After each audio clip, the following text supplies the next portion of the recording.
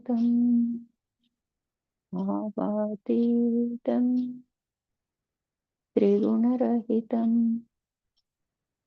సద్గురుం తం నమామి. ఓం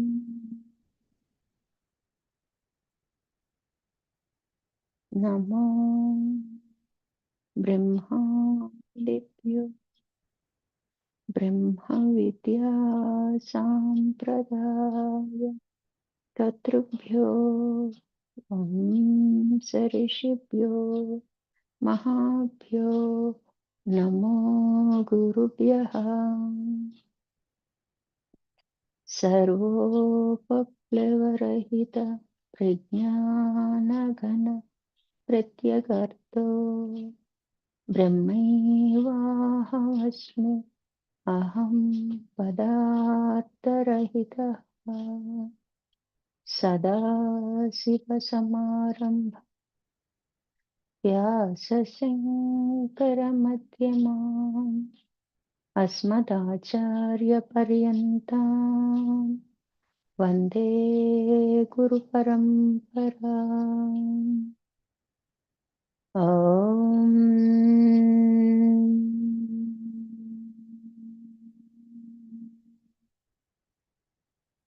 సహనా భవతు సహనౌ భునక్తు సహ వీర్యం కరవావహై తేజస్వినావధీతమస్తు మా విద్విషావహై.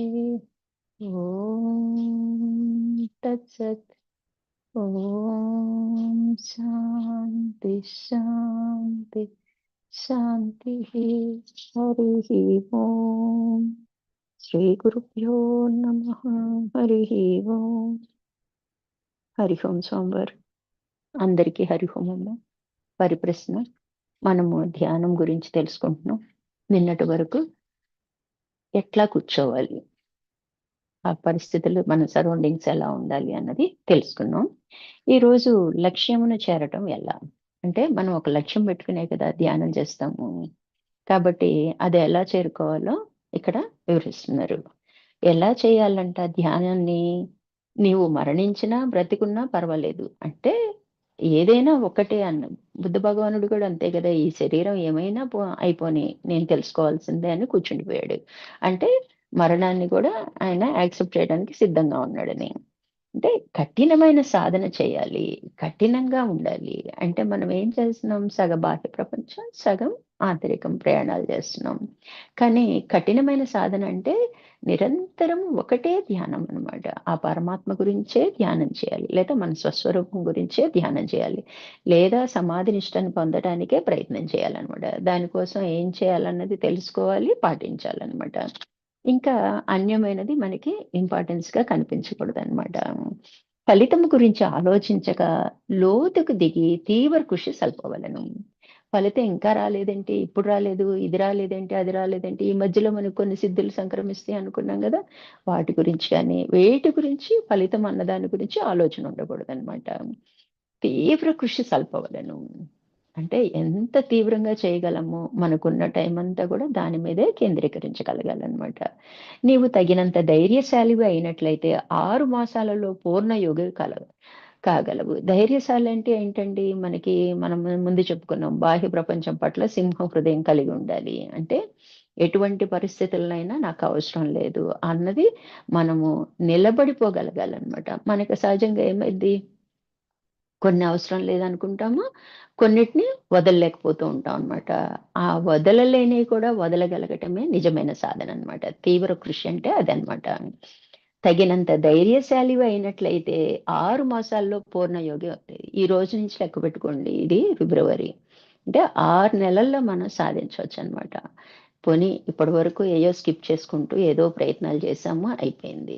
మరి ఈ రోజైనా మనము మన సత్సంగంలోనే దృఢంగా సంకల్పం తీసుకున్నట్లయితే ఈ రోజు నుండి 6 మాసాల్లో తీవ్ర కృషి చేస్తాను అన్నప్పుడు ఖచ్చితంగా దాని రిజల్ట్ కూడా అంతే తీవ్రతగా ఉంటదన్నమాట. పూర్ణ యోగివి కాగలవు, కానీ దీనిలో కొంత భాగం మాత్రమే ఆచరించి మిగతా అన్నింటిపైన మనసు ఉంచు వారికి పురోగవృద్ధి లభించదు. అంటే ఎంతో కొంత మనం నేర్చుకుంటాం, అందులో కొంత భాగమే మనం ఆచరణ చేస్తాం అన్నమాట. అంటే ఈ సంధ్యా సమయమే ధ్యానం చేయాలి, ఈ సంధ్యా సమయమే ప్రాణాయామ చేయాలి అన్న దృష్టితో ఉంటాం. మిగతా అంతా ఏంటి, మన ప్రారంభ కర్మల్ని మనం కలుగజేసుకుని చేస్తూ ఉంటాం. ప్రారంభ కర్మలు జరుగుతాయి, కానీ మనం ఏం చేస్తాం, కలుగజేసుకుంటున్నాం. అంటే మనం చేసేవాడిని అన్న భావన మనం ఎక్కువగా జొప్పిస్తున్నాం అన్నమాట. కాబట్టి ఇక్కడ ఏమైద్ది, మనకి ఆగమల్ని పెంచుకోవడం అయింది అనమాట. అలా కాకుండా సగం అది సగం ఇది కాకుండా పూర్తిగా దీని మీదే మనం ఇన్వాల్వ్మెంట్ ఉండాలన్నమాట. మిగతా అన్నిటిపై మనస్సును ఉంచు వారికి పురోగవృద్ధి లభించదు. కొన్ని పాఠాలు నేర్చుకున్నంత మాత్రాన ప్రయోజనం చేకూరదు. ఎంతో కొంత చేస్తానంటే ఆ కొంత రిజల్టే వస్తుంది, మనకి రాకుండా ఉండదండి. ఎంతవరకు ప్రయత్నం చేస్తే దానికి సంబంధించిన ఫలితం అంతవరకే వస్తుంది తప్ప పరమాత్మ స్థితికి చేరుకోలేమన్నమాట. విజయం పొందుటకు అనంతమైన దీక్ష, మానసిక శక్తి కావలేను. అనంతమైన దీక్ష అంటే ఇంతని చెప్పలేమన్నమాట. ఇంకా మన శక్తులు ఒట్టి సాధన మీదే పెట్టడం అనమాట. అంత దీక్షగా చేయాలన్నమాట. ఇంకా ఏం చెప్తున్నారు, మానసిక శక్తి కావాలి. మానసిక శక్తి ఏం చేయాలి, సాధన చేయటానికి శక్తి కావాలి, బాహ్య ప్రపంచాన్ని ఎదుర్కోవటానికి శక్తి కావాలి. ఎందుకంటే అప్పుడే ఎక్కడ లేని సమస్యలన్నీ మన ముందొచ్చి కూర్చుంటాయి అన్నమాట. నువ్వు ఇది తీర్చాల్సిందే, ఇది నువ్వు చేయకపోతే కుదరదు, ఇది మనకి ప్రాణాంతకమో లేదా మన దగ్గర వాళ్ళకి ప్రాణాంతకమో అన్నట్టు నిలబడతాయి అన్నమాట. అప్పుడు మానసిక శక్తి ఎంత ఉండాలండి, అంత మనోధైర్యం ఉంటేనే వాటిని అధిగమించగలుగుతాం అన్నమాట. అవుని అయ్యేది జరిగిద్ది కదా, మనకి తెలుసు జరిగేది జరగక మానదని తెలుసు. ఈ లోపు మనకి కంగారు, భయము ఏదో జరిగిపోతున్నట్లు మన ఫీలింగ్స్ అన్నమాట. అంటే అక్కడ మనకి చూడండి, కలిగే నష్టం కన్నా మన ఆలోచన నష్టమే మనకి ఎక్కువ భయాన్ని, బాధని కలిగిస్తుంటదనమాట. అందుకని మానసిక శక్తి కావాలి. ఎంతో మానసిక శక్తి కావాలి. అనంతమైన దీక్ష చేయగలగాలనమాట. అటువంటి దీక్ష కలవారు నేను ఈ సముద్రమును త్రాగివేయగలను. మన ఏదో ఒక పక్షి కథ కూడా చెప్తుంటారు, సముద్రాన్ని తాగేస్తాను నా పిల్లల గుడ్లని లోపల పెట్టుకుంది అని. అంటే అంతటి సంకల్పం, అంత చిన్న పక్షి మనకి ఇది సంకల్పానికి ఎంతమంది తోడొస్తారో చూడండి. అంటే దైవమే అనుకూలిస్తుంది అనమాట, సత్సంకల్పం అయినట్లయితే. ఎలా ఉండాలంట మన మానసిక శక్తి, సముద్రాన్ని నేను తాగేస్తాను అన్నట్టు ఉండాలి, లేకపోతే ఈ కొండను పిండి చేసేస్తాను అన్నట్టు ఉండాలన్నమాట. అంతటి మానసిక శక్తి ఉండాలన్నమాట.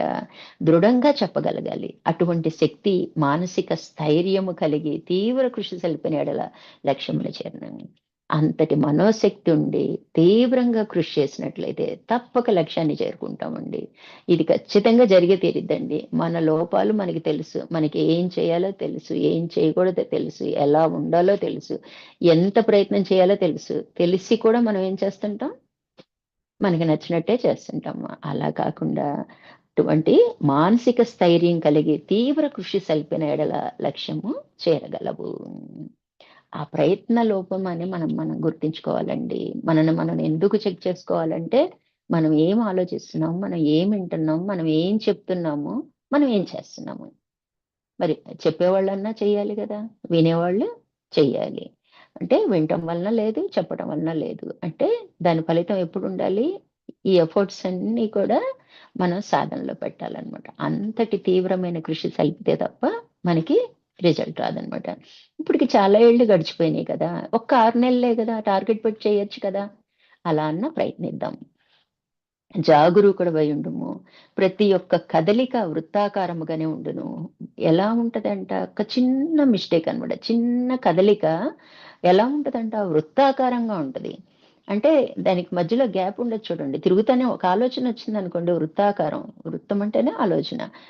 తిరిగి, తిరిగి, తిరిగి, తిరిగి మళ్ళీ అక్కడికే వస్తుంటది. చూడండి మన ఆలోచనలు గమనిస్తే అలాగే ఉంటాయన్నమాట. ఒక రాయిని తీసుకొని పైకి విసిరి దీర్ఘకాలముగా దాన్ని గమనించిన యెడల దానికి ఏ విధమైన ఆటంకము లేనట్లయితే అది సరిగా నీ శిరస్సు పైనే పడుతుంది. రాయి పైకి విసిరేసామంటే ఏదైనా అంతే, ఇలా తిరుగుతా వెళ్తదనమాట. మన ఆలోచనలైనా అంతే, ఒక రాయైనా అంతే. అదొచ్చి ఇక్కడ పడిద్ది, మన నెత్తి మీదే పడుతుంది. అలాగే మన ఆలోచన ఏమైద్ది, మనకి ఎక్కడ స్టార్ట్ అయిందో మళ్ళీ అక్కడికే వస్తది. ఈ మధ్యలో చిలువలు పలువలు ఎన్నో కలిపేస్తాం అన్నమాట. మళ్ళీ వచ్చి అది మనల్నే చేరుతదనమాట. దాని ఫలితం కూడా మనకే ఉంటదన్నమాట. కాబట్టి విద్యుత్ శక్తి వలె ఆధునిక సిద్ధాంతం ప్రకారము డైనమో అంటే డైనమో విద్యుత్ శక్తి జనక గ్రంథం అంటే ఉత్పత్తికి యంత్రం అన్నమాట. వదిలిన శక్తి వృత్తాకారము పయనము పూర్తి చేసుకుని మరల దానినే చేరును. అది ఎలా ప్రయాణం చేస్తది? రింగులు రింగులుగానే. ఏదైనా చూడండి, మనం ఒక సరస్సులో రాయి విసిరాం. రింగులు రింగులుగానే వస్తదనమాట. అదేంటంటే అది సూత్రం అన్నమాట. ప్రకృతి సూత్రము. అంటే అది తిరిగి తిరిగి ఎక్కడికొస్తది? ఎక్కడ మొదలైందో అక్కడే ఎండ్ అయ్యిద్ది. ఎక్కడ మొదలైందో అక్కడే స్టార్ట్ అయిన దగ్గరికే మళ్ళీ ఎండ్ అవుతదనమాట. అలాగే మన ఆలోచనలైనా, మనం చేసే వ్యవహారమైనా అన్నమాట. అదే విధంగా ఎలా వస్తదండి మళ్ళీ మన దగ్గరికంటే ఫలితం రూపంలో మనన్నే చేరుకుంటదనమాట. అది కష్టమైనా, నష్టమైనా గూడా. అదే విధంగా ద్వేషము, ప్రేమ వాటి మూల స్థానానికి చేరుకుంటాయి. అయి ఎవరి నుంచి ఉత్పన్నమైనవి? కోపం గాని, ద్వేషం గాని మళ్ళీ వాళ్ళనే చేరతాయన్నమాట. వాళ్ళకే నష్టం కలిగిస్తాయండి. మనం ఎవరి మీదో కోపం పెట్టేసుకున్నాం, ఎవరి మీదో ద్వేషం పెంచేసుకున్నాం. మనం ఉడికిపోయి, ఉడికిపోయి మన ఆరోగ్యం పాడైపోయి మనకే వచ్చి పడిద్ది చివరికి. అందుకని మనం అదే ప్రేమించామనుకోండి, ఆ ప్రేమ కూడా మన దగ్గరికే వస్తదనమాట. ఎప్పటికైనా మధ్యలో గ్యాప్ వచ్చినట్టుగా అనిపిస్తది అంతే. చివరికి తెలుసుకోక తప్పదనమాట. అంటే అదే విధంగా ద్వేషము, ప్రేమ వాటి మూల స్థానముకు చేరవలెను. కావున ఎవరిని ద్వేషించకు. ఎందువలనంటే నీ నుంచి బయలువడిన ద్వేషము దీర్ఘకాలము తర్వాత నిన్నే చేరును. అది మనకే అన్నమాట. నువ్వు ప్రేమించినట్లయితే ఆ ప్రేమ కూడా చివరికి నిన్నే చేరును. ఎప్పటికైనా తెలుసుకుంటారు. తెలుసుకోకపోయినా వచ్చిన నష్టం లేదండి. ఎందుకంటే మనం అంతా రుణానుబంధమే గదా! మన సాధనంతా కూడా దానికి సంబంధమే లేదు బాహ్య ప్రపంచంతో. అంటే మనం ఆ పాయింట్ పట్టుకోగలిగితే ఇప్పటిదాకా మంచిగున్నారు. సడెన్‌గా మనం అంటే వ్యతిరేకతొచ్చింది. అంటే రుణం తీరిపోయింది. అంతే కదా! ఆ చిన్న పాయింట్ మనకి జీర్ణించుకోవడం కష్టమే. కానీ చెప్పుకోంగా, చెప్పుకోంగా మనసుకి యాక్సెప్ట్ చేస్తది. చేశామనుకోండి ఇంక సాధన మనకి లేనట్టే అన్నమాట. అక్కడికి కంప్లీట్ అయిపోయినట్టే సాధన గూడా. వాళ్ళ రుణంతో పాటు మన సాధన గూడా కంప్లీట్ అయిపోయినట్టే అన్నమాట. ఆ ఒక్క పాయింట్ దగ్గర మనం ఆలోచించాలి. దానికోసం మనం ఆలోచించి, కృంగిపోయి, బాధపడి అన్నారనో, చేశారనో, బావున్నారు, ఇప్పటి వరకు బావున్నారు, మనకి దూరం అయిపోయారనో, లేతే మనల్ని అర్థం చేసుకోలేదనో, ఏదో రకంగా మనకి ఇంత చూస్తున్నారు, మనల్ని అర్థం చేసుకోలేదు, మన ఇంటెన్షన్ తెలియట్లేదు, ఏదేదో ఆలోచిస్తాం. ఇవన్నీ కూడా ఒకటే కాన్సెప్ట్ అండి. రుణానుబంధం. ప్రేమైన, ద్వేషమైన రుణమే. ద్వేషం తీరిపోయిందనుకోండి మళ్ళీ మంచిగా ఉంటారు. లేతే మన జోలికి రారు. మనకి కనిపించరు గూడా ఎప్పటికి. ప్రేమైనా అంతే. రుణం తీరిపోయిందనుకోండి ప్రేమించరు. నష్టమే ఉంది. భగవంతుడిని పట్టుకున్నాం అనుకోండి ఆయన ఎప్పుడూ ప్రేమిస్తాడు. ఎప్పుడు ఆఖరికి ఎక్కడికొస్తామో ఆయనకి నాకు భేదం లేదు. ఆయనే నేనే భగవంతుడన్న స్థితికి వెళ్ళగలుగుతాం. ఇంత పెద్ద మనకి ఎదురుంగా అవకాశం వదులుకొని ఎవరో ప్రేమించారు, ఎవరో ప్రేమించలేదు, ఎవరో అన్నారు, ఎవరో అనలేదు. ఇవన్నీ మనకు అవసరం అండి. ఇవన్నీ మనకి ఎక్కడికి లాగుతున్నాయండి? వెనక్కి లాగుతున్నాయి. జీవభావం బలపడేట్లుగా అయిపోతున్నాం అన్నమాట. ఇంకెప్పటికి ఒక్క స్టెప్ ఎదగట్లేదు. చూడండి ఇన్ని క్లాసులు చెప్పుకున్నాం మనకి ఎక్కడి దగ్గర వస్తున్నాము? జీవభావం దగ్గరే ఎక్స్‌ప్లనేషన్ వస్తుంది. అక్కడే సాధనొస్తుంది. పై స్టెప్ అనేది మనకి రాట్లేదు. ఈ విషయాన్ని గ్రహించాలండి. ఇంకిప్పటికైనా మనం తొందరపడాలన్నమాట. కాబట్టి ప్రేమ వాటి మూల స్థానానికి చేరవలెను. కావున ఎవరిని ద్వేషించకు. ఎందువలనంటే నీ నుంచి బయలువడిన ద్వేషము దీర్ఘకాలము తర్వాత నిన్నే చేరును. నువ్వు ప్రేమించినట్లయితే ఆ ప్రేమ కూడా చివరికి నిన్నే చేరును. మనస్సు ఒక సరస్సు లాంటిది. ఎందుకో చెప్తున్నారు. సరస్సు యొక్క పైభాగము అలలచే కప్పబడి ఉంటది. పైన లోతుకెళ్ళే కొద్దీ అందుకే లోతుగా ఆలోచించంటుంటారండి. అంటే లోతుకెళ్ళేటప్పటికి స్థిరత్వం పెరిగిద్దనమాట. అట్లాగే మనం ఒక విషయం పట్ల గాని, ఒక సంఘటన పట్ల గాని లోతుగా ఆలోచించామనుకోండి, మనలో కదలిక రాదనమాట. మనం జస్ట్ అర్థం చేసుకోంగానే కోపమో, ప్రేమో ఏదో బయటికి ఎక్స్‌ప్రెస్ చేస్తాం. కాదనమాట. అందుకే కదలకుండా ఉండు, స్థిరంగా ఉండు, సాక్షిగా విను ఎందుకంటారంటే, మనలో ఆలోచన శక్తి పెరిగిద్దండి. అప్పుడు లోతుగా ఆలోచించగలుగుతాం అనమాట. ఆ ఒక్క మాట గాని, ఆ సంఘటన గాని లోతుగా ఆలోచించినట్లయితే, మనకి పొరపాటే చేయనియండి అవతల వాళ్ళు, లేతే మంచే చేయనియండి. ఎందుకు చేశారన్నది మనకి తర్కంగా అర్థమైద్ది. అంటే తత్వం బోధపడిద్దనమాట. ఎప్పుడైతే తత్వం బోధపడిద్దో మనకి ఎలాంటి ఏమీ అనిపించదనమాట. స్థిరంగా ఉండగలుగుతాం. అలాగే ఒక సరస్సు పైన తరంగాలతో నిండి ఉంటది. అలలతో నిండి ఉంటది. నువ్వు లోపలికి ఈదుకొని లోపలికి వెళ్ళే కొద్దీ కదలిక ఉండదు. స్థిరంగా ఉంటదనమాట. సముద్రమైనా ఏదైనా పైనే కెరటాలు ఎగిసి పడుతుంటాయనమాట. అట్లా కాబట్టి దాని క్రింద భాగం చూడలేము. పైన అలలు ఉండటం వలన దాని క్రింద భాగం చూడలేము. అంటే ఏంటి, ఇప్పుడు మనకి పై జరిగే సంఘటన వలన మనకి కలిగిన భావావేశాలని మనం ఇన్నర్‌గా ఎళ్లి ఆలోచించే టైం మనకి కనిపించదనమాట. దానివలన ఏమైద్ది, మనము పైనే ఆలోచన చేస్తుంటాం అన్నమాట. అలలు తగ్గి నీరు ప్రశాంతంగా ఉన్నప్పుడు సరస్సు యొక్క అడుగు భాగం పాక్షికంగా చూడగలుగుతాము. ఎప్పుడైతే ఆ అలలు సమసిపోతాయో అప్పుడు ఎంతో కొంత భాగం లోతుకి, అంటే ఆ ఉన్న మురికిని బట్టో ఏదో కొంత భాగం ప్లెయిన్‌గా కనిపిస్తుంటది. అంటే ఏంటి అర్థం ఇక్కడ? అలలు తగ్గటం అంటే ఏంటి? మన ఆలోచనలు తగ్గినియి. మన కోపతాపాలు తగ్గుతాయన్నమాట. కాసేపు ఆగామనుకోండి, కొద్దిగా కూల్‌గా కూర్చున్నాము. మన ఆలోచనలు తగ్గాయి. తగ్గినప్పుడు అసలు విషయం తెలుస్తదనమాట. మనం అసలు విషయం పూర్తిగా అవగాహన కాకుండా ఎగిరెగిరి పడుతుంటే మనకేం తెలుస్తది? తత్వం బోధపడలేదనమాట. తత్వం బోధపడితే ఎటువంటి సమస్యలు ఉండవండి. స్థిరత్వం వచ్చేస్తుందనమాట. అంటే సాక్షిత్వం వచ్చేస్తుందనమాట. అట్లా అలలు తగ్గి నీరు ప్రశాంతంగా ఉన్నప్పుడు సరస్సు యొక్క అడుగు భాగము పాక్షికంగా చూడగలుగుతాము. నీరు మురికిగా ఉన్నను ఎల్లప్పుడూ తరంగములచే కదలికలతో ఉన్న సరస్సు యొక్క భాగమును దర్శించలేము. అంతే గదా! నీళ్లు మురికిగా ఉన్నా, అంటే అద్దం మీద మనకి మురికుందనుకోండి, ప్రతిబింబం సరిగ్గా కనిపించదు. అలాగే సరస్సులో అలలున్నా, మురికున్నా గూడా అడుగు భాగం మనకి కనిపించదనమాట. మనకెక్కడండి, కడప దగ్గర మహానంది ఏదో చెప్తారు. అదైతే మనకి చిన్న సూది పడినా కూడా మనకి కనిపిస్తది. అంత స్పష్టత ఉంటదనమాట వాటర్‌లో. అంత స్వచ్ఛంగా మన అంతఃకరణం ఉండాలనమాట. దర్శించలేము. స్పష్టంగా అలలు లేనప్పుడు మాత్రమే చూడగలము. అంటే మన ఆలోచనలు లేనప్పుడు మాత్రమే. అందుకే వాంగ్మౌనము మన మౌనానికి దారి తీస్తది అంటారు. ఎప్పుడైతే మనసు మౌనపడిద్దో మనకి స్పష్టంగా బోధపడుతుంటదనమాట. ఇప్పుడు జరిగే యాటిట్యూడ్స్‌కి, మనకి వ్యవహారాలకి కారణం ఏంటండి అంటే, కారణ స్థితి నుంచి మనం చూడగలుగుతాం అన్నమాట. కాబట్టి ఈ ఆలోచన తరంగాలని, కోపం వచ్చినా, ప్రేమొచ్చినా, ఏమైనా స్థిమిత పడదాం. స్థిమిత పడి ఆలోచించడం మొదలు పెడదాం అన్నమాట. దర్శించలేము. స్పష్టంగా అలలు లేనప్పుడు మాత్రమే చూడగలము. సరస్సు యొక్క క్రింద భాగము మన నిజాత్మయే. అంటే ఏంటి? ఇప్పుడు మన మనసులోనే మనకి ఆ మనసే ఆత్మ అని బోధపడిద్దనమాట. ఇప్పుడేమైంది? దుమ్ము, ధూళి చేరిపోయింది. అంతఃకరణం అంతా నిండిపోయింది. దాన్ని తొలగించుకునే ప్రయత్నం అనమాట. అదేంటి? ఎలా ఉంది? నిరంతరాయంగా ఏదో ఆలోచన చేస్తూనే ఉంటదండి. గమనించుకోండి మీరు. క్లాస్ వింటున్నా, చెప్తున్నా మైండ్ ఇంకొక వైపు వెళ్ళిపోతా ఉంటది. ఏదో ఒక ఎగ్జాంపుల్ చెప్తున్నాం అనుకోండి, దాని రిలేటెడ్ ఆలోచనలేవో మళ్ళీ వస్తుంటాయన్నమాట.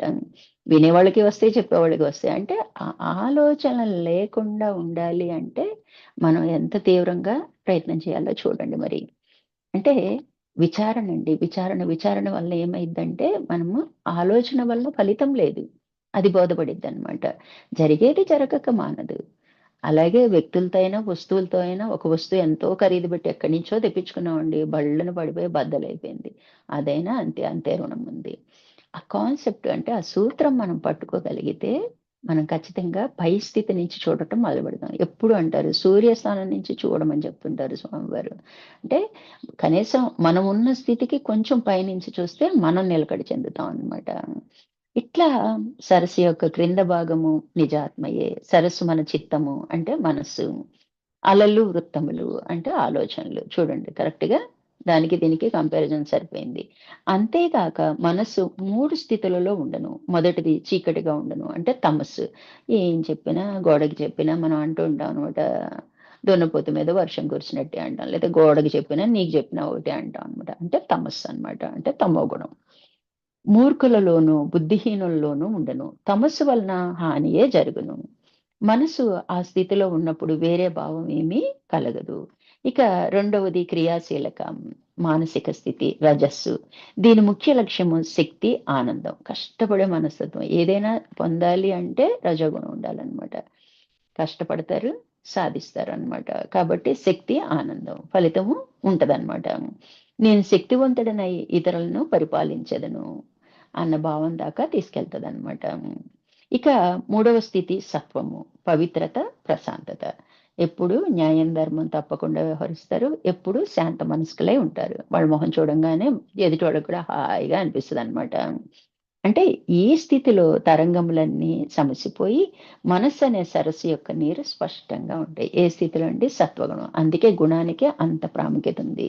అంటే ముందు గుణాన్నే మార్చుకోవాలి. ఎటు నుంచి ఎటు పరిగెట్టినా చూడండి, ప్రాణాయామమైన, కర్మ సిద్ధాంతమైన, ధ్యానమైన, ఏదైనా కూడా విచారణ కూడా సత్వంగా కూర్చొని విచారణ చేస్తేనే మనం దారిలోకి వస్తాం అన్నమాట.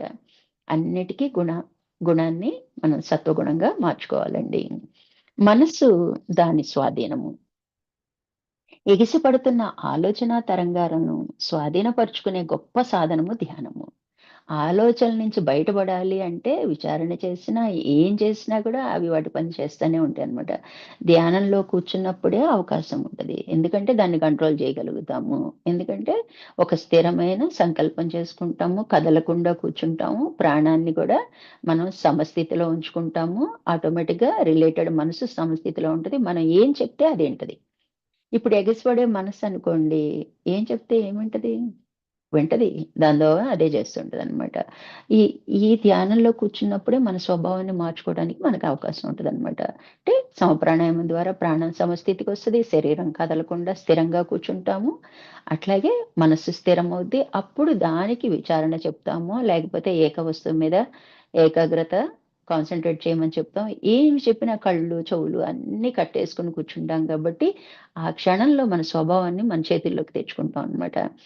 దాన్ని ఎంత దూరం అంటే ఎంతసేపు పెంచుకోగలిగితే, ఈరోజు 20 నిమిషాలతో మొదలుపెట్టిన వాళ్ళము టైం పెంచుకుంటూ, పెంచుకుంటూ వారమో, 10 రోజులో టార్గెట్ పెట్టుకుంటూ వెళ్తే, ఆ స్థితికి ఖచ్చితంగా చేరే అదృష్టము ధ్యానం వల్లనే ఉందన్నమాట. ఇక్కడేం చెప్తున్నారు? ఎగిసిపడుతున్న ఆలోచనా తరంగాలను స్వాధీనపరుచుకునే గొప్ప సాధనము ధ్యానము. ధ్యానం వలన మనసులోని తరంగములను లోబరుచుకొనవచ్చును. మనం మన లోపలే ఆలోచనల్ని అదుపు చేయవచ్చు. ధ్యానమును రోజుల తరబడి, మాసముల తరబడి, సంవత్సరముల తరబడి చేయుచున్న ఎడల అది నీ స్వాభావికమైన అలవాటుగా మారి నీలోని అహంకారము, క్రోధము, ద్వేషము నియంత్రించబడి నిరోధించబడుతుంది.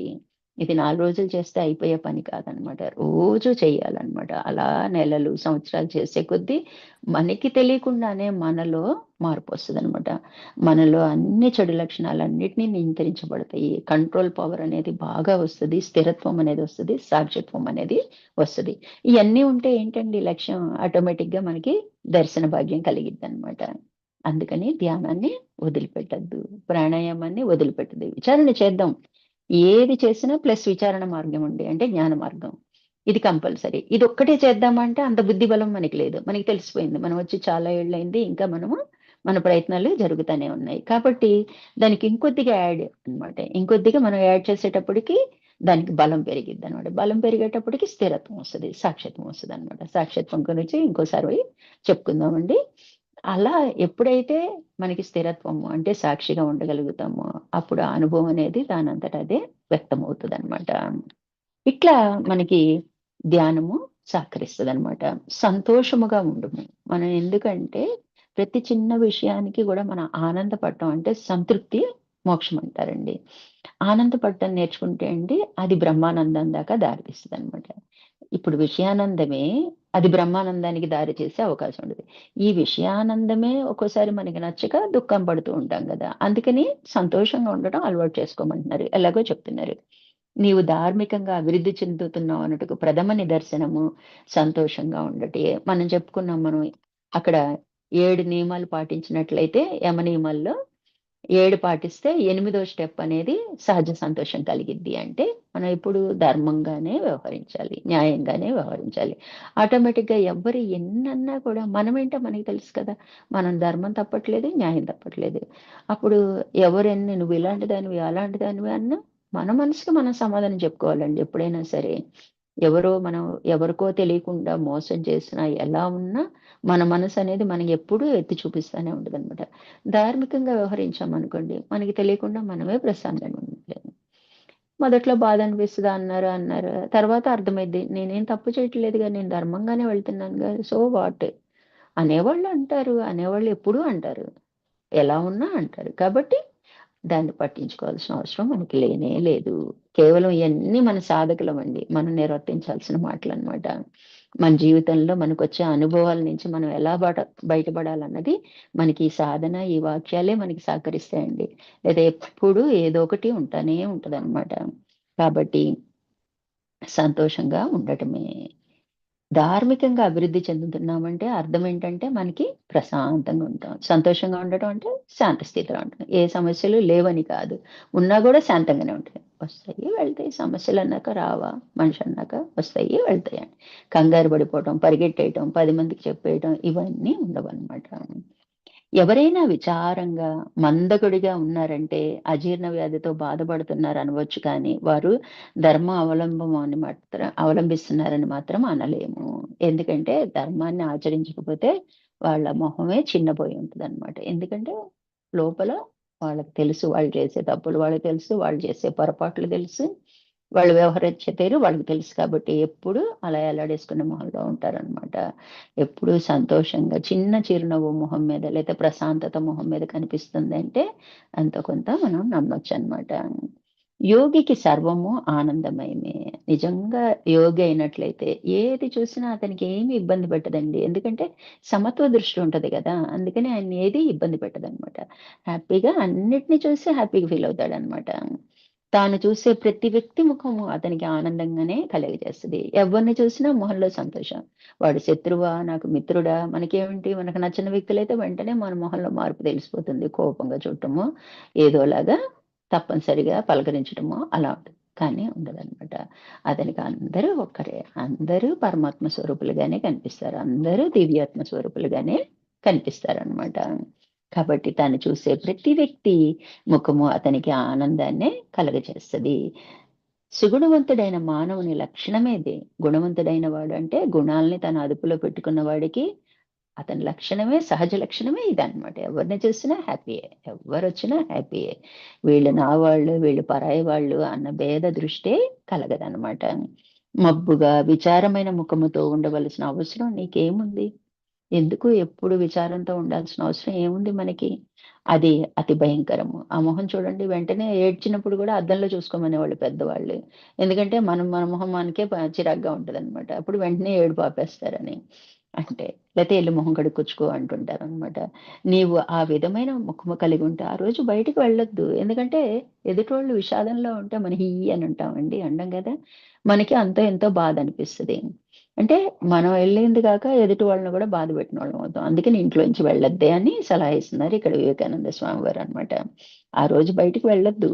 నీ గదిలో కూర్చో. ఆ వ్యాధిని ప్రపంచంలో ఇతరులకు కూడా వ్యాపింప చేయటికి నీకేం హక్కుంది? చూడండి ఆ సారోనెస్ అంత త్వరగా అట్లా ప్రయాణం చేస్తదనమాట. అందుకే ఎప్పుడు యాక్టివ్‌గా ఉండాలి. అదే చెప్తారు గదా! ఆరాస్ అనేయి మనలో మనం యాక్టివ్‌గా ఉంటే, మనం ధార్మికంగా ఉంటే, మనలో ఆరాస్ ఎదుటోళ్ళని అట్రాక్ట్ చేసేట్టు చేస్తాయనమాట. మన చుట్టూ ఉండటానికి ఇష్టపడతారు. కొంతమంది దగ్గర చూడండి ట్రైన్‌లో గాని, బస్‌లో గాని 2 నిమిషాలు గూడా ఎవరి పక్కన కూర్చోలేము. కొంతమందితో ఏవో పూర్వజన్మ అనుబంధంలా కబుర్లు చెప్పేస్తూ ఉంటాం దిగిపోయే వరకు. అట్లా దానికి కారణం గూడా అదే అన్నమాట. అలాగే యోగి లక్షణాలు ఎలా ఉండాలో చెప్తున్నారు. ఎవరిని ద్వేషించిన వారు యోగి అంటారనమాట. అందరికీ స్నేహితుడైన వారు. అందరి ఎడల దయ చూపించేవాడు. వీళ్ళు నా వాళ్ళా? వీళ్ళు నా వాళ్ళు కాదా? అని అతనేమి చూపిచ్చడనమాట. దయ చూపిచ్చే అందరి పట్ల దయగానే ఉంటాడనమాట. అంటే మనం ఏం చేస్తాం? మనకిష్టమైతే దయ చూస్తాం. లేతే మాకు సంబంధం లేదన్నట్టు చూస్తాం. అట్లా ఉండదనమాట. అందరి పట్ల ఒకటే రకమైన దయ చూపిస్తాడనమాట. తనకు స్వతంత్రంగా ఏమీ లేనివాడు అహంకార రహితుడు. తనకంటూ సొంతం ఏమీ ఉండదనమాట. ఎవరికైనా అవసరం ఉంటే తనకు కావాలని గూడా ఆలోచన ఉండదు. ప్రస్తుతానికి తనకు అవసరం లేదుగా ఇచ్చేస్తాడనమాట. అట్లాగే అహంకార రహితుడు. నేనన్న అహంకారమే అతనిలో కనిపించదనమాట.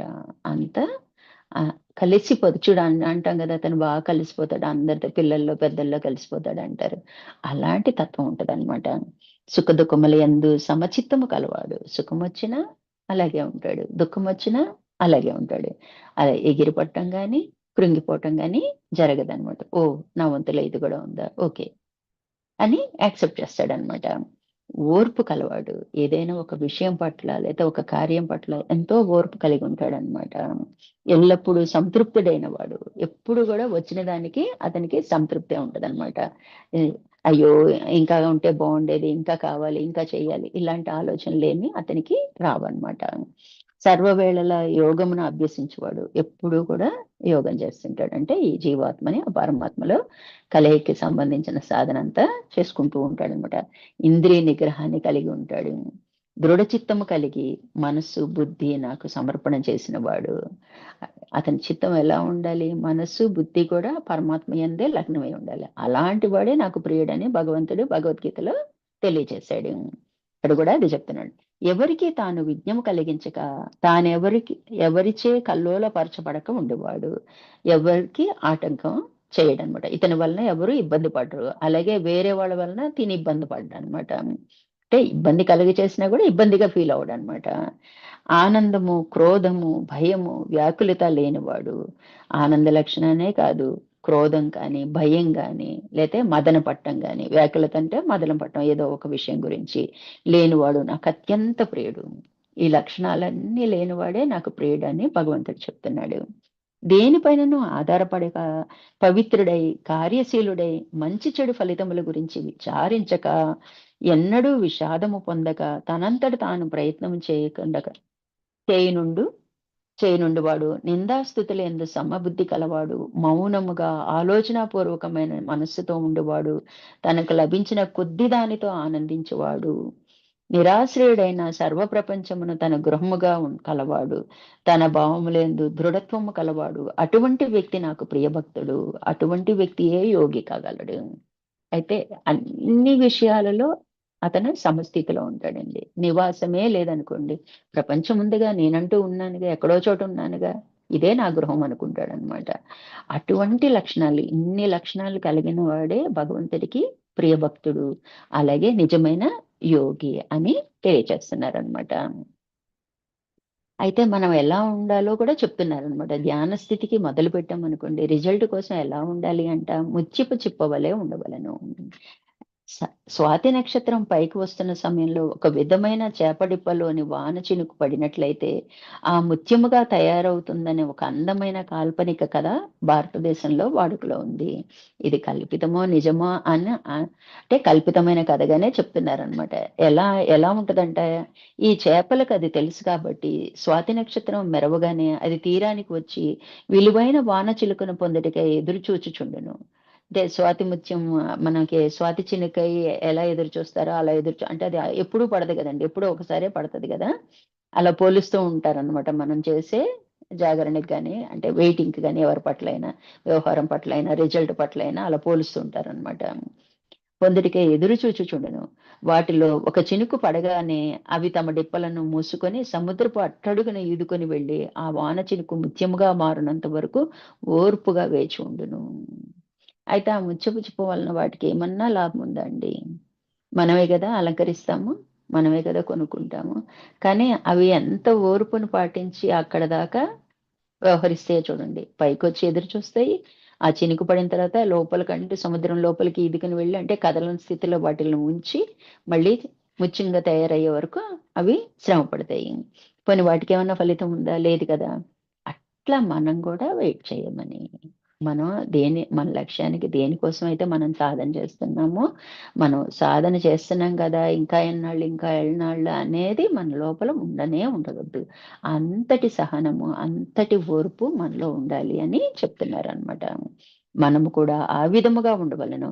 మొదట వినాలి, ఏంటన్నది గ్రహించాలి. ఎందుకంటున్నారు మనల్ని, నువ్వు ఆత్మస్వరూపురాలివి, నువ్వు ఆత్మ అమ్మ, ఈ నామరూపాత్మకమైన శ్రీదేవి కాదు అన్నప్పుడు వినాలి. ఏం చెప్తారో వినాలి. విన్న తర్వాత అవగాహన చేసుకోవాలి. అంటే కొంచెం తత్వంగా ఆలోచించుకోగలగాలి. ఎందుకంటున్నారు ఆ మాట? ఆత్మవి, ఈ దేహం వచ్చిపోతుంటుంది. నిజమే. దానికి రుజువేంటి మనకి? మరి అందరికీ ఒకటే రాట్లేదుగా కర్మలు. అంటే పోయిన జన్మ లేదు అంటే ఉంది. ఆ జన్మలో చేసిన కర్మ ఫలాలే ఈ జన్మలో నేను తీర్చుకోవాల్సొస్తుంది. కాబట్టి ఇదుంది. అంటే మళ్ళీ జన్ముంది. ఇంకా ఇదెప్పుడు జన్మ పరంపర, జనన మరణాల చక్రం తిరుగుతానే ఉంటది. సో, నేను దీని నుంచి బయటపడాలంటే ఏం చేయాలి? అంటే నేను ఆత్మనే అయ్యుంటాను. ఈ దేహం నడిపించడానికి ఆధారమైంది ఆత్మ. లేకపోతే శవానికి నాకు తేడా లేదు కదా. నేను కదులుతున్నానంటే ఆత్మ సహాయంతో కదులుతున్నాను. ఆత్మే నువ్వంటున్నారు. సరే, సాధన ఇది చేయమంటున్నారు. ఇందువలన అంటున్నారు. అట్లా విచారణ చేసుకొని, అవగాహన చేసుకొని, మనకి అర్థమయ్యాక చేసే సాధన వేరుగా ఉంటదండి. లేతే ఏదో గుడ్డిగా ఫాలో అయినట్టు ఉంటుంది అనమాట. అవగాహన చేసుకుని తర్వాత ఇతర ఆకర్షణలన్నీ వదిలి, ఇతర ఆకర్షణలు అంటే ఏంటండి, బాహ్య ప్రపంచ కర్మల్ని వదిలిపెట్టాలన్నమాట. వదిలేయటం అంటే త్యజించి కూర్చోవడం కాదనమాట, సాక్షిగా ఉండి చేయగలగాలి. అంటే మనకి ప్రతిఫలం పట్ల ఆసక్తి లేకపోవటమే చేసి చేయని వాడుగా ఉండటం అనమాట. బాహ్య ప్రభావాలకు లొంగనీయక నీలోని సత్యం పెంపొందించుటకు శ్రద్ధగా కృషి చేయవలను. మనలోనే ఉంది ఆ సత్యం, ఎక్కడో లేదు. అది వ్యక్తం అవ్వాలి అంటే మనం ఏమేం పోసేసుకున్నామో వాసనలు, ఏ ఏ సంస్కారాలు పోసేసుకున్నామో, ఏమేమి ఆగాములు పోసేసుకుంటున్నామో, ఇవన్నీ కుప్పలు కుప్పలుగా మన మీద, ఆత్మ మీద కప్పేస్తున్నాయి. దాన్నే మనం 5 కోశాలు అనుకుంటున్నాం. అట్లా వాటన్నిటిని నెమ్మదిగా తొలగించుకుంటూ తొలగించుకుంటూ తొలగించుకుంటూ మనం ఆత్మని దర్శించాలన్నమాట. అట్లా ఎంతో ఓర్పుగా మన సాధనని ముందుకు నడిపించాలి. ఓర్పు, దానికి ఓర్పుకు ఒక ఎగ్జాంపుల్ చెప్తున్నారనమాట. నారదుడు అనే మహనీయుడైన దేవర్షి ఉండేవాడు. మానవులలో మహనీయులుగా ఉండి గొప్ప యోగులలో ఉండు విధముగా దేవతలలో కూడా గొప్ప యోగులు ఉన్నారు. మనం ఎంతో తపస్సు చేసి యోగులుగా మారుతాం కదా, అలాగే దేవతల్లో కూడా యోగులు ఉన్నారు. మనం ఏంటి, దేవతలు అనగానే వాళ్ళంతా ఇంకా ఆనంద లక్షణమే ఉంటది, వాళ్ళు అంత హ్యాపీగానే ఉంటారు, వాళ్ళ కష్టాలు ఉండవు అలా అనుకుంటాం. అలాగే మనం కొన్ని కథలు కూడా సృష్టించాం అనుకోండి, వాళ్ళు కూడా కొట్లాడుకుంటారు అది ఇది అని. అయితే అందులో శ్రేష్ఠుడు నారదుడు అనమాట. నారదుడు అటువంటి వారిలో శ్రేష్టమైన యోగి. అతను సర్వ ప్రదేశములందును తిరుగుతుండేవాడు, అతను ముల్లోకాలు తిరుగుతుండేవాడు అనమాట. ఆయన ఒక రోజు అరణ్యము గుండా వెళ్తూ ఉండగా శరీరం అంతా పెద్ద పెద్ద చెదల పుట్టలు నింపబడి దీర్ఘకాలము నుండి ధ్యానము తపస్సు చేయుచున్న ఒక వ్యక్తిని చూశారు. అప్పుడు తపస్సు చేసే వాళ్ళకి ఎలా ఉండే, చుట్టూలు ఆ పాము పుట్టలేంటి, చీమ పుట్టలేంటి పెరిగిపోయాయి, మట్టి అలా పైదాకా రాశిలాగా వచ్చేసేది. అట్లా అంటే అతను దీర్ఘకాలంగా తపస్సు చేస్తున్నాడని అర్థం అన్నమాట. అంటే అంత పట్టనంతగా ఏకాగ్రతగా భగవంతుడి గురించి ప్రార్థిస్తున్నాడు అనమాట. అతన్ని చూశాడంట ఇతను.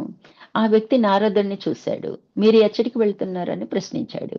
నారదుడి నేను స్వర్గానికి వెళ్తున్నాను అని చెప్పాడు అనమాట. ఆ సమాధానం. అయితే భగవంతుడు నాపై ఎన్నడు దయ చూపిస్తాడో, నాకు ఎప్పుడు ముక్తి కలుగుతుందో అడగండి అన్నాడు ఆ వ్యక్తి. అయితే అతను ఏమన్నాడంటే, భగవంతుడి దగ్గరికి వెళ్తున్నావు కదా, నాకు ముక్తిని ఎప్పుడు ఇస్తాడో, అతను నా మీద ఎప్పుడు దయ చూపిస్తాడో కనుక్కోండి అన్నాడు అనమాట. అలా కొంత దూరం వెళ్ళిన తర్వాత ఇంకో వ్యక్తి కనిపిస్తాడు. ఆ వ్యక్తి గానం చేస్తూ నృత్యం చేస్తూ ఉంటాడనమాట. అతను ఎగురుతూ ఉంటాడనమాట. అతడు కూడా నారదుని చూసి ఎక్కడికి వెళ్తున్నారు స్వామి అని అడిగాడు. అంటే నేను ఇలా స్వర్గానికి వెళ్తున్నా అంటే, భగవంతుడికి నా మీద ఎప్పుడు దయగలిగిద్ది, నాకు ఎప్పుడు మోక్షం వస్తుందో ముక్తి వస్తుందో కనుక్కోండి అని అతను కూడా అడిగాడంట. అతను అడిగే తీరు కొంచెం మోటుగా ఉందనమాట. అయినా సరే అతను ప్రాధేయపడుతూ అడిగాడనమాట. ఆ మర్యాద పూర్వకంగా ప్రశ్నించాడు.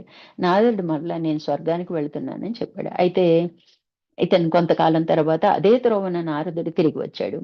చెదల పుట్లో కప్పబడిన తపస్సు చేస్తున్న వ్యక్తిని చూశాడు. ఆ వ్యక్తి, నారద, భగవంతుడిని నా గురించి అడిగారా అని అడిగాడనమాట. అడిగితే అడిగాను, అయితే ఇంకొక 4 జన్మలు నీకు ముక్తి లభిస్తుంది అని చెప్పారనమాట. అనేటప్పటికీ అతనికి దుఃఖం వచ్చింది. ఎలా, అతను రోదిస్తూ విలపిస్తూ ఇలా అన్నాడు, నా చుట్టూతా పుట్టలు పెరిగిపోయి మొలిచి పెరిగేంత గాఢమైన తపస్సు చేశాను, ముక్తిని పొందటకు ఇంకా 4 జన్మలు కావాలనా అని అతనికి దుఃఖం వచ్చేసింది అనమాట. అంటే దుఃఖము అనంగానే మనకు కూడా అండి గుర్తు రావాల్సిన విషయం ఏంటంటే అజ్ఞానం కదా. మనకి ఏదో ఒక సందర్భంలో ఒకానొక టైంలో దుఃఖం అనేది గబాలన వచ్చేస్తుంది. వెంటనే ఇది అజ్ఞానం కదా అని స్ఫురించాలన్నమాట. వెంటనే ఆగిపోతుంది. ఆగిపోయి విచారణ మొదలు పెడతాం అన్నమాట. ఆహ్, అట్లా ఇతను ఇంత తపస్సు చేసినా ఇతనికి దుఃఖం వచ్చిందంటే చూడండి, అజ్ఞానం వీడలేదన్నమాట. 4 జన్మలే కదా అనుకోలేకపోయాడన్నమాట. ఇంకా 4 జన్మలు పట్టాలా అనుకున్నాడు. అలాగే అతని నుంచి ఇంకో వ్యక్తి అడిగాడు గదా, అతని దగ్గరికి వెళ్ళాడు. అతను గూడా అడిగాడనమాట. మీరు అడిగారా దేవుడిని నాకెప్పుడు ముక్తొస్తుంది అంటే, ఆ చింత చెట్టు ఉంది చూసారా? ఆ చెట్టుకి ఎన్ని ఆకులున్నాయో అన్ని జన్మలు ఎత్తితే గాని నీకు మోక్షం లభించదు అన్నాడనమాట. చింత చెట్టు అంటే చిన్న చిన్న ఆకులండి, పెద్ద ఆకులు కూడా కాదనమాట. అంటే ఇంక లెక్క పెట్టడానికి గూడా మనకు కుదరదనమాట. ఆ చింత చెట్టుకి ఎన్ని ఆకులంటే ఇంక అసలు లెక్కే లేనన్ని జన్మలనమాట. కానీ ఆ వ్యక్తి ఏమన్నాడు, పోన్లే అప్పటికైనా నాకు ముక్తొస్తది గదా అని ఆనందంతో గెంతులు వేస్తాడనమాట. అంటే అంత కొద్ది కాలంలోనే నాకు మోక్షం లభిస్తుందా అన్నాడనమాట. అప్పుడు ఒక ఆకాశవాణి ఈ విధంగా వినిపించింది. నాయనా ఈ క్షణంలోనే నీకు ముక్తి లభిస్తుంది. ఎవరికి? చింత చెట్టు అన్ని ఆకులన్నీ జన్మలెత్తాల్సిన వ్యక్తికి అతని సంతృప్తి. అందుకే సంతృప్తే మోక్షం అన్నారండి. నిత్య జీవితంలో బాహ్య ప్రపంచంలో గూడా సంతృప్తి అనే పదానికి చాలా వాల్యూ ఉందండి. సంతృప్తి పడ్డామా ఎప్పుడూ హ్యాపీగా ఉంటాం అనమాట. ఆనందంగా జీవిస్తాం అనమాట. అట్లాగే మన సాధనలో కూడా అనమాట. అంటే కొంచెం సాధన చేసి సంతృప్తి పడిపోమని అర్థం కాదండి. దాని రిజల్ట్ పట్ల అనమాట. అంటే సంతృప్తే ముక్తి గనక అతనికి వెంటనే ఆకాశవాణి నువ్వు ముక్తుడివి అని అతనికి అన్ని జన్మల్ని రద్దు చేసేసిందనమాట. అంటే మనం అట్లా ప్రయత్నం చేయాలనమాట. మన ఆలోచన విధానం అట్లా ఉండాలని తెలుసుకోవాలనమాట. అతని దీక్షకి ఇవ్వబడిన బహుమతి. అంటే అన్ని జన్మలు అతను రెడీ అయ్యాడు. నేను అప్పటికైనా వస్తది కదా నాకు ముక్తి. ఓకే అని ఆనందపడ్డాడనమాట. అన్ని జన్మలలోనూ ముక్తి కొరకు కృషి చేయవలసి వచ్చినా గూడా అతనికి నిరుత్సాహం అనేది కలగలేదు. ఇక్కడ మనం పట్టుకోవాల్సిన పాయింట్లు నిరుత్సాహం అనమాట. 10 ఏళ్లయిపోయింది. ఇంకెన్నాళ్ళు చేస్తాను. ఇంకా మోక్షం రాలా. ఇంకా ముక్తి రాలేదు. అని మనం నిరుత్సాహపడకుండా చేయవలసిందే ఇంకా ఏదో ఉందని తరిచి తరిచి మనల్ని మనమే తరిచి తరిచి విచారణ మనకే మనం చేసే దాని మీద పెట్టుకోవాలనమాట. మనల్ని మనం తరుచుకొని ఇంకా నాలో ఇంకేదైనా ఉందా? ఇంకా సాధన ఇంకేమన్నా చేయగలనా నేను? అన్నది చెయ్యాలే తప్ప, ఇంకా ఎన్నాళ్ళు చేయాలన్న నిరుత్సాహం ఉండకూడదనమాట. నిరుత్సాహము అజ్ఞానం అనమాట. అట్లా అతనికి చూడండి అంత చింత చెట్టు ఆకులన్ని జన్మలైనా అతను ఆనందపడేటప్పటికి సంతృప్తి ఓడిపోయాడు. ఎప్పటికైనా నాకు మోక్షం వస్తది గదా! అని. అంటే నిరుత్సాహపడలేదనమాట. అతని ఓర్పుకి మోక్షం వచ్చేసిందనమాట. అట్లా ఉండాలి మన సాధన కూడా. అలా ఉంటే తప్ప మనము ముందుకు వెళ్ళలేమండి. ప్రతి విషయం దగ్గర అసలు దుఃఖం అనేది ఉండొద్దండి. దుఃఖం ఉందా అజ్ఞానం అని వెంటనే మనకు స్ఫురించాలనమాట. వెంటనే వచ్చే దుఃఖం కూడా వెనక్కెళ్ళిపోతుంది. అప్పుడు విచారణతో ఆ విషయానికి కారణం ఏంటి? కారణ స్థితి నుంచి చూస్తే ఏది మనకి సంతోషం గాని, దుఃఖం గాని 2 మనము ఒకలాగే స్వీకరిస్తామండి. ఆ కారణ స్థితి నుంచి చూడటం మనం మొదలుపెట్టాలనమాట. అప్పటి వరకు మన సాధన కొనసాగుతూనే ఉంటది. ఎప్పుడైతే కారణ స్థితిలో ఒక 10, 20 వ్యవహారాలు చూసామనుకోండి, అది సహజమైపోతుంది. ఆటోమేటిక్‌గా సాధన పూర్తవుతుందనమాట. హరి ఓం అండి. రేపు కంటిన్యూ చేద్దాం మిగతాది.